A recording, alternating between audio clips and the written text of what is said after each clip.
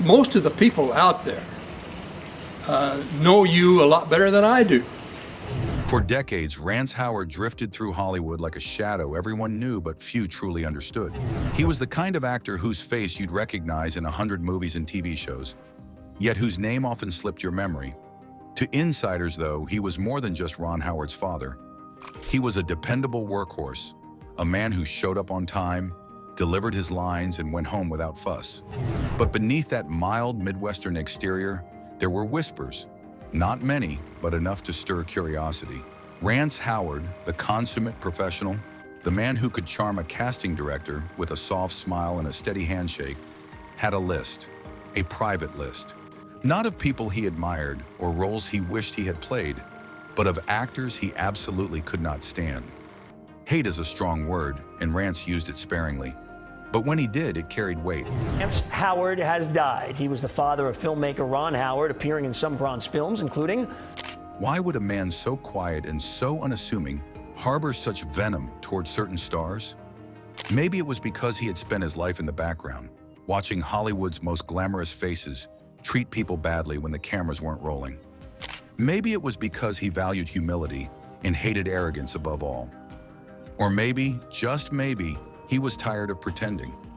The stories that emerged later, in late-night conversations, whispered interviews, and confessions among old colleagues, painted a portrait of a man who had kept his mouth shut for too long.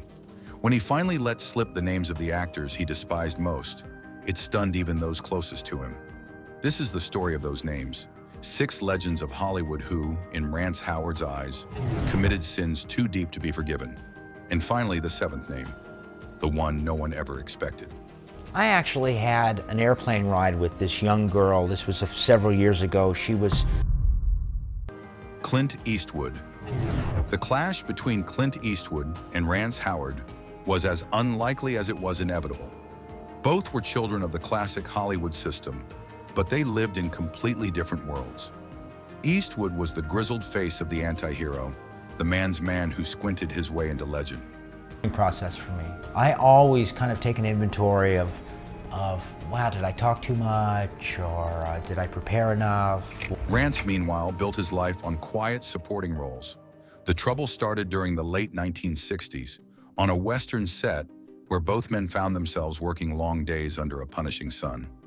Eastwood, already a rising star, treated the crew with a kind of distant indifference. He wasn't cruel exactly, but he carried himself with a cold detachment that suggested the world was lucky just to orbit around him. For Rance, who believed in shaking every hand and thanking every grip, this rubbed the wrong way. One afternoon, after hours of waiting for Eastwood to emerge from his trailer, while the cast and crew baked in the desert heat, Rance muttered something under his breath. Something about respect and professionalism. Eastwood heard it. He didn't explode, but the stare he gave Rance was enough to freeze the air between them. Shirley MacLaine. Shirley MacLaine was a whirlwind. I rolled down the window. He leaned in. Fiery, sharp-tongued, always ready with a quip or a jab. On screen, she was magnetic, a force of nature who could steal a scene without trying. Off screen, though, she could be ruthless. Rance first crossed paths with her during the 1970s on a comedy drama where his role was small but steady. Shirley, of course, was the star. From day one, she treated the set like her kingdom, barking orders not just at assistants, but even at directors. Rance, who had been raised on small-town manners, found it unbearable. One story became legend among the crew. During a lunch break, Rance sat quietly at a corner table, eating his sandwich. Shirley swept in, saw that her usual seat was occupied, and demanded he move. Jack Nicholson. If Shirley MacLaine was a storm, Jack Nicholson was a wildfire. Charismatic, unpredictable, and utterly uncontrollable. Hollywood adored him because he was chaos incarnate, the kind of actor who could turn any role into an event.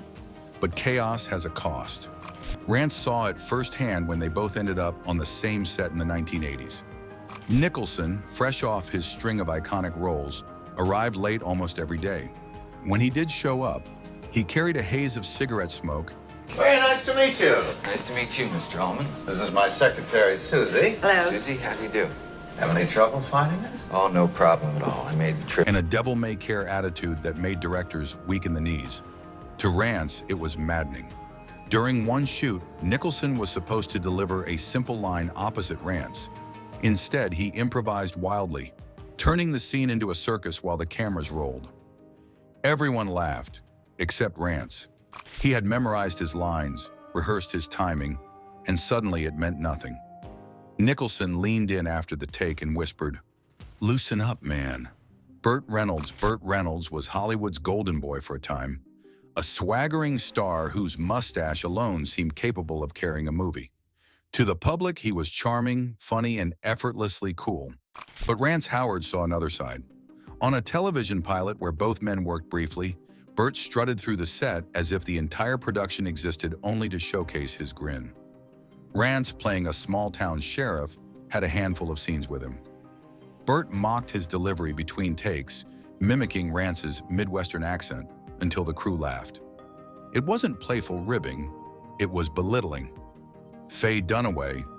Few names in Hollywood carried as much infamy as Faye Dunaway. Then Warren was supposed to open the envelope and then... Brilliant on screen, merciless off it. Stories of her tantrums, her impossible demands, and her icy stares filled gossip columns for decades. Rance, unfortunately, had the misfortune of working with her during a tense drama in the late 1980s. It began with small slights.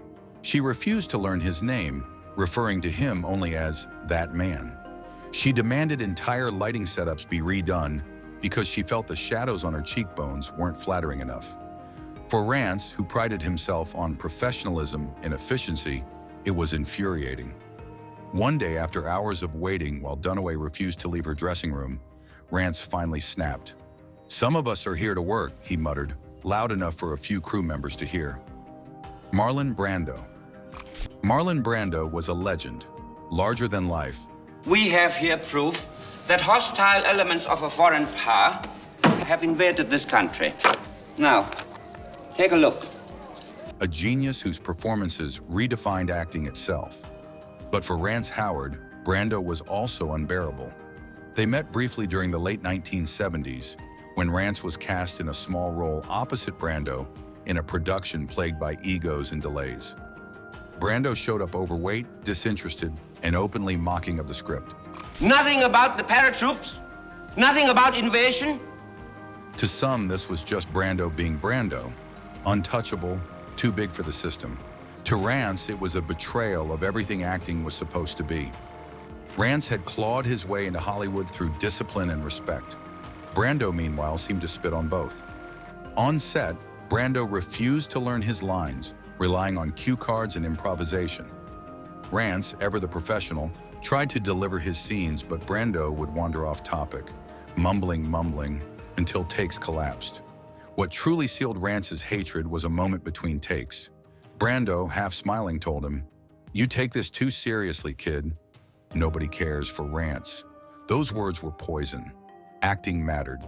Discipline mattered. And anyone who dismissed it so casually earned his eternal disdain. 6 names. 6 giants of Hollywood who, for all their talent and power, had burned bridges with a man who rarely raised his voice. But the 7th, that was the one no one saw coming. When pressed, Rance would hesitate. He'd sigh, look down, and almost refuse. But eventually he confessed. The 7th name on his list was not an icon of Hollywood's golden age. It wasn't a rival or an enemy or someone who had humiliated him on set. It was Tom Cruise. The revelation stunned everyone who heard it. Why Cruise? By the 1990s, Cruise was at the peak of his stardom, beloved by millions. But Rance had worked with him briefly during a small supporting role in a film Cruise dominated. What he saw unsettled him deeply. Rance Cruise was a symbol of everything wrong with modern Hollywood. The cult of personality, the obsession with image, the blind devotion of fans. On set, Cruise was polite, even generous. But there was something underneath, a machinery, a sense that everything was calculated, every smile rehearsed. Rance hated it. He hated the artificiality, the way charm could be manufactured and sold like a product. In private, he admitted that Cruise had never insulted him, never mocked him, never treated him poorly. But hatred doesn't always come from personal wounds. Sometimes it comes from recognizing what a person represents. To Rance Howard, Tom Cruise was not an actor. He was a brand. And that, in Rance's eyes, was the final betrayal of the craft he had devoted his life to. So the list ended there. Clint Eastwood, Shirley MacLaine, Jack Nicholson, Burt Reynolds, Faye Dunaway, Marlon Brando, and finally Tom Cruise. 7 names that revealed the shadows of Hollywood through the eyes of a man who had spent a lifetime in its margins. For Rance Howard, these were not just grudges. They were lessons, warnings, proof that behind the glitter and fame, hatred could burn quietly, waiting for the day it was finally spoken aloud.